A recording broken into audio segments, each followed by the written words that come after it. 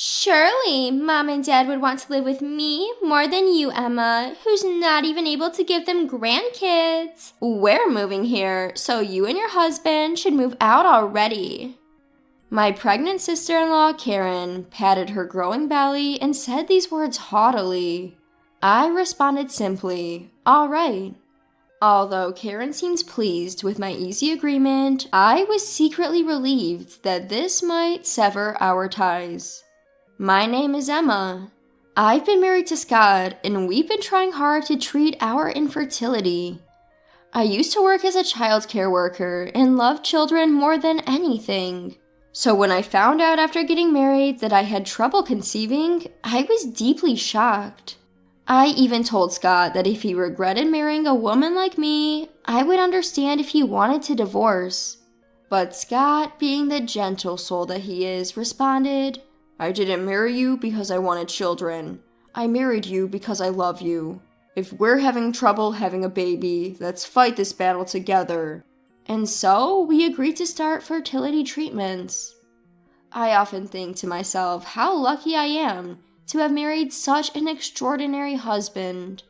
Initially, I tried to balance the treatment with my job, but it became too difficult to manage with my job shift work. I also became more sensitive during the treatment period and sometimes found myself crying at the mere sight of little children, thinking that I might never have a baby. Not wanting to burden my colleagues and remembering that Scott had once suggested that I could be a stay-at-home wife if I wanted, I decided to quit my job. So now, while going through fertility treatment, I'm a full-time housewife. Scott's younger sister Karen, who heard about our situation, has 4 children and is currently pregnant with her 5th. Just seeing a pregnant woman can sometimes be difficult for me, given our situation. But Karen, not minding this, comes to our home with her 4 children. Emma, you're a housewife now, right? Why don't you look after my kids for me? I'm really struggling with all these kids on my own. You used to be a child care worker, right? So take care of my kids for me, will ya? She said and would leave her 4 children with me to go out for beauty treatments and manicures. When I told her it was an imposition, Karen would just say, in this society where people are not having enough children, I, who am raising children, am obviously more admirable, right? You, who can't even have children, should just listen to what I say. It was indeed annoying to look after someone else's kids without getting paid, even if she was my sister-in-law. Despite her grating attitude, I noticed her children actually wanted to spend time with their mother. When they asked me when their mom was coming back, it always broke my heart to respond, I wonder when. Of course I let Scott know about how Karen was leaving her children with me while she spent time on her beauty treatments. Scott, furious, confronted Karen over the phone, but Karen simply said, Emma should be happy to be around kids since she can't have any of her own. She used to be a child care worker, so she likes kids. It's not a big deal. In response to this, Scott confronted Karen's husband, Rob, about the issue. However, Rob, agreeing with Karen's perspective, refused to help, saying, Our kids seem to like Emma, and it really helps us out. If Emma gets pregnant, we won't ask her to look after our kids anymore. I mean, we heard it might not happen, but until then, please help us out. Karen is exhausted from child rearing, and since Emma is a housewife, she should be able to help us. Scott told me that if Karen ever came over, I could send her away. However, her 4 kids would run straight to the back room without a word of greeting as soon as they set foot in our house. Karen would just say, Well then, take care of them for today, and leave her kids behind before I could even protest. One day, Karen unexpectedly came into our house. Normally, she just drops her kids off and leaves right away, so I was surprised when she asked, When are you moving to the new house? Do you have any designs or something? Scott and I were building a new duplex to live with his parents. The house is almost finished, and we were getting ready to move soon. Even knowing about my fertility issues, my in-laws have never said a single unpleasant word to me. My mother-in-law once told me, "There are plenty of happy families out there without children." This was a lifesaver for me. My in-laws are getting old now, and they seem to have aches and pains all over their bodies. Before they require full-time care, we decided to live together. So, Scott decided to build a duplex. It was the first time Karen showed an interest in the duplex, and I showed her the predicted images and blueprints, somewhat intrigued. Karen hardly ever visits her parents' house, but she might be interested in the house her parents are going to live in.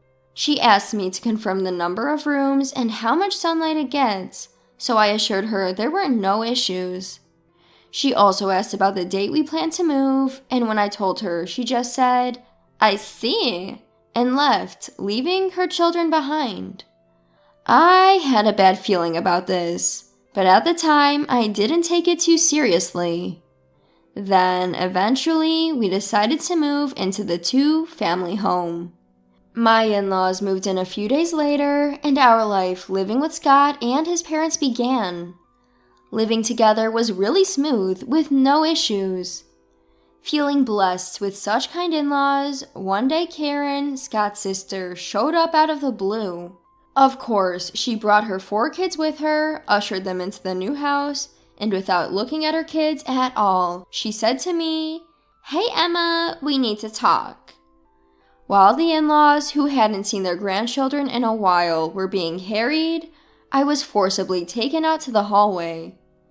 I was worrying if my in-laws, who had recently been complaining about back problems, could take care of those kids, when Karen said something outrageous. "Hey, why don't you and Scott leave this house?" What? I was taken aback by the words I hadn't anticipated. But Karen continued without caring about my reaction. "Surely, Dad and Mom would rather live with me than with you who can't even show them a grandchild. And more than anything, I'm their real daughter, connected by blood. We're moving in here, so you guys should get out soon." While stroking her growing belly, Karen said arrogantly. Karen's plan was probably to live with my in-laws and have them take care of the kids. She said, "Look, Dad and Mom are so happy to be able to take care of their grandkids," and pointed at the in-laws who were struggling with their rowdy grandkids. I couldn't see any joy in their faces, but I knew Karen wouldn't listen no matter how much I argued. My anger at Karen for mocking my infertility had been building up, and I was extremely angry at Karen for forcing her children onto my kind in-laws. After pondering what could be done, an idea came to me and I quietly nodded. "Okay, we'll move out." Karen happily set the schedule for when we would move out and when they would move in, and left the kids behind again, but I felt relieved thinking this was a chance to sever ties with Karen. Time passed and the day came when Karen's family moved into the two-family house that Scott had built. As I wondered if they had moved in successfully, my phone rang. It was Karen. When I answered the phone, I heard a screech-like voice from Karen on the other side. "What the hell is this? Why haven't you moved out your stuff? There's no place for our stuff. And where did Dad and Mom go?" Scott and I and his parents had left the two-family house, but we hadn't brought all the furniture. Karen was angry about this and I responded, "The conversation was so sudden, so we only moved out for now. Your in-laws are with us." "Outrageous!" Karen fired back words like a boomerang. "I think it's outrageous that you and your husband are moving into the house Scott built without our consent. It's also outrageous to force the kids on us like that and go out having fun when we've been telling you every time that it's hard to take care of the kids." "That's not the point right now. Can I just throw away any of the remaining furniture that I don't like?" "Feel free to do so if you're really planning to move in. But are you sure about this?" "What are you talking about?" To the irritated Karen, I broke the news. "Can you and your husband handle the mortgage for that house? It's a two-family house and quite a large one, so it's quite expensive." By that time, I had already told her numerous lies. The acceptance I had given her about moving in was also a lie. There was no way I could agree to Karen trying to take over the duplex that my husband Scott had built. It's only natural that the furniture is left at home because Scott, his parents, and I are currently on vacation at Yellowstone National Park. The truth about the house is that it was fully paid for with the savings of Scott, myself, and his parents. There's actually no mortgage, but that lie was enough to scare Karen. Scott and his parents were also aware of this strategy. When Karen demanded to talk to Scott, he switched to a mischievous look and lied the same way I had, saying that there was still a mortgage. Over the phone, Karen apparently started crying because she couldn't afford the payments. She decided to return to her previous home with her husband Rob and their children after being told by Scott that she could still back out and that we were also returning home. Upon returning to our home, which had just narrowly avoided being taken over by Karen, she immediately stormed over in a fury. "You never told us there was still a mortgage. Why did you keep it from us?" Karen yelled at us. When I casually replied, "Because you never asked," Karen's face turned even redder. "The kids were so happy thinking this house would be ours. You've disappointed them too. That's why you can't get pregnant. You need to make up for it by properly taking care of the kids. Even though playing with the kids is no big deal, it's better than doing nothing."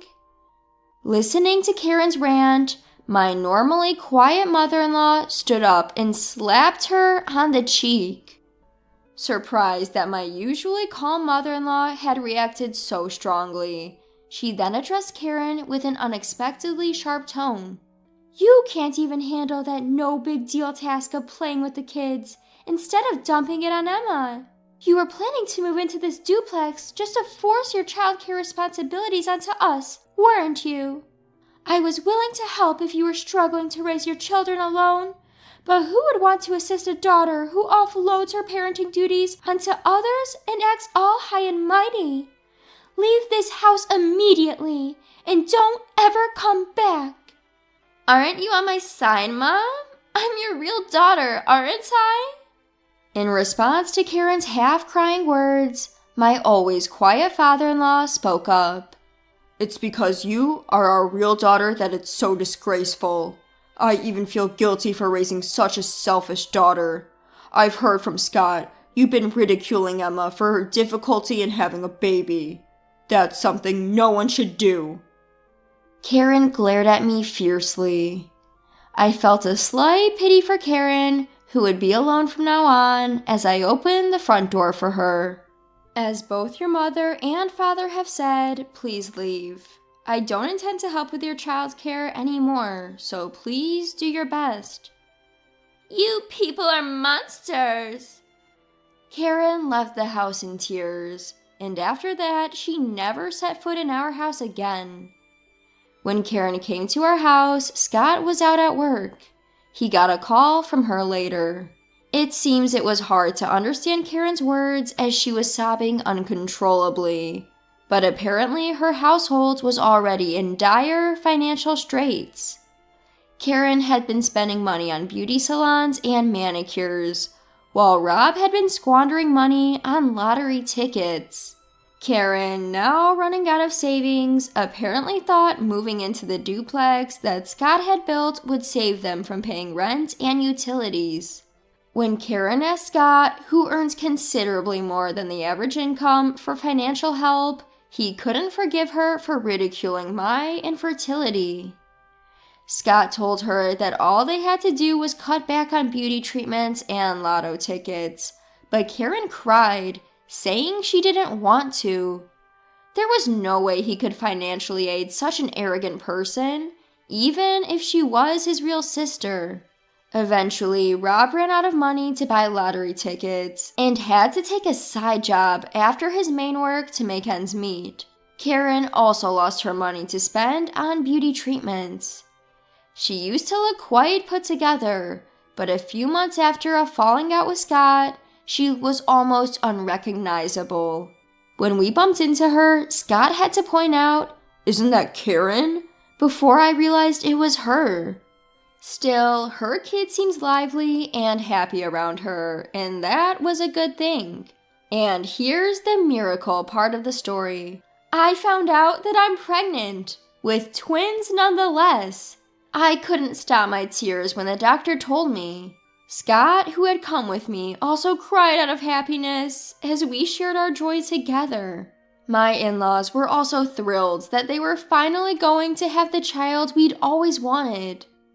I haven't mentioned this to Scott, but I secretly think that being free from the stress I was getting from Karen contributed to me getting pregnant. I feel gratitude and nothing else when I think about how Scott and my in-laws chose to stand with me, not Karen, and because of that, I was blessed with 2 lives. Nowadays, I hope from the bottom of my heart that the babies in my belly will be born healthy.